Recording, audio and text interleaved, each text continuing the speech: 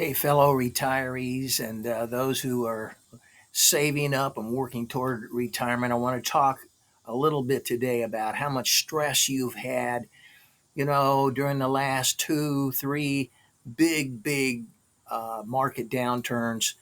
Today, I want to talk about asset allocation and uh, just share a little bit about myself. I haven't done a lot of that on this channel, but I'm in my just started my sixth year of retirement, and I'm going to share a few things that have worked for me in regards to asset allocation. Now, there's a lot of debate, a lot of opinions out there about allocation.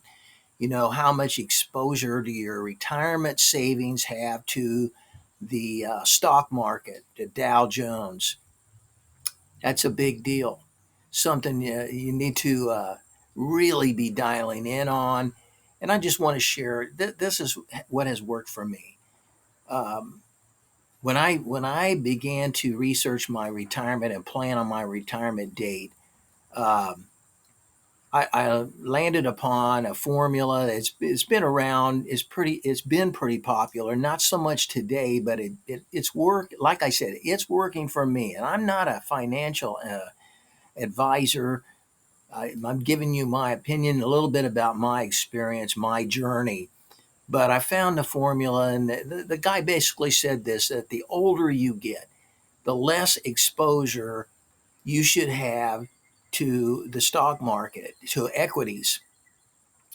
And it makes a lot of sense to me. And the formula was like this: to take your age and subtract that from 100, and that's how much exposure you should have to stocks.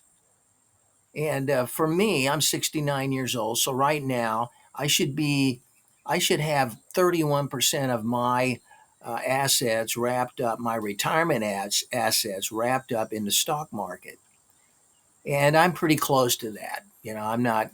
I might be a hair over, but this is the deal. When we have these downturns, we recently had a big downturn. The Dow really plunged on these tariffs that Trump initiated. Well, I can honestly say that did not affect me nearly as bad as some of the downturns in the last, you know, 6 years.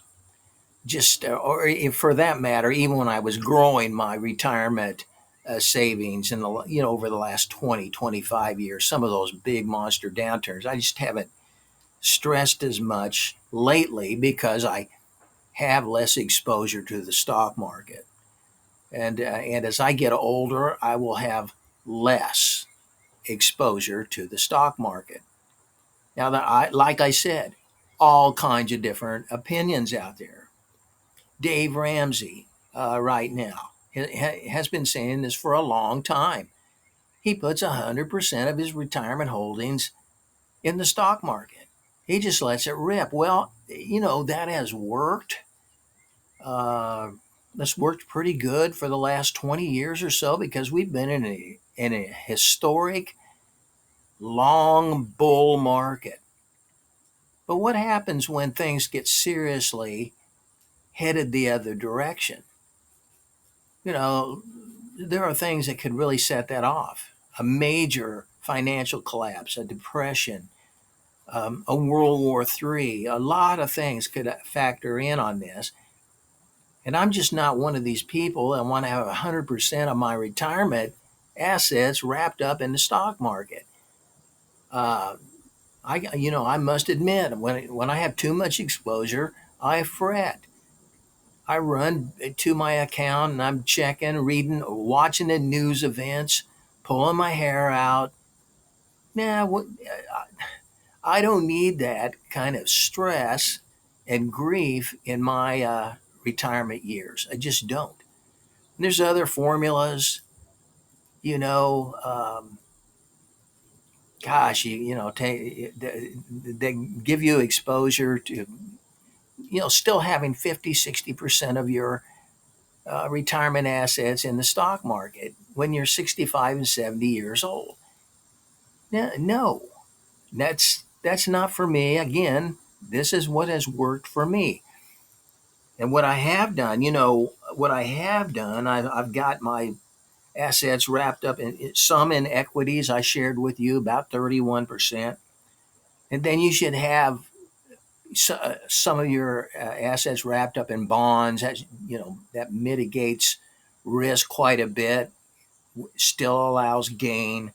Then there are some, cash assets, things like money markets that don't, I've got a money market that's making about 3%. That's not bad for a money market, but yeah, I'm not making tons, but it's pretty much stress free. When the money market goes, well, we'll all be in a soup line. So put it that way.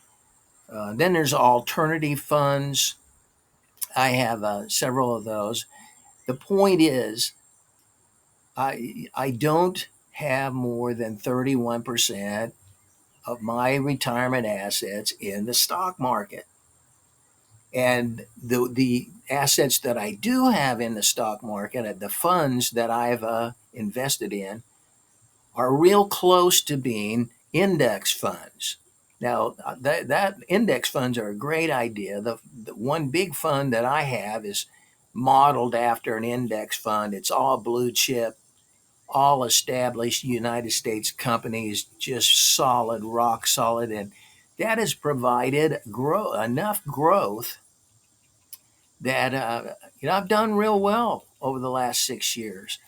Um, I can't complain, and I don't stew and fret and chew my fingernails and go and check my accounts every day. What I do is at the end of each month, I look and see where I record where my accounts are, compare that to how the Dow's performed, and I just kind of keep a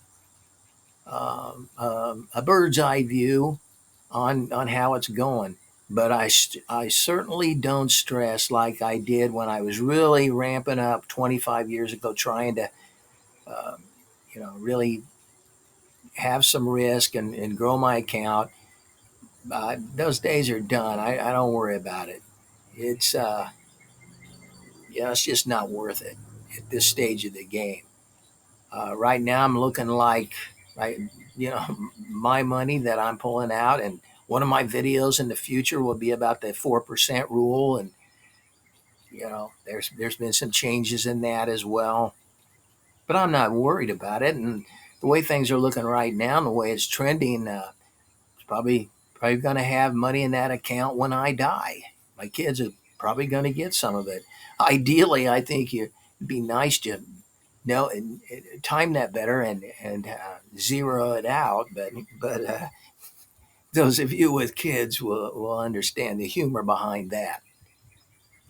But it's you know capital preservation, still maintaining a little bit of growth without chewing your fingernails, pulling your hair out, laying awake at night staring at the ceiling.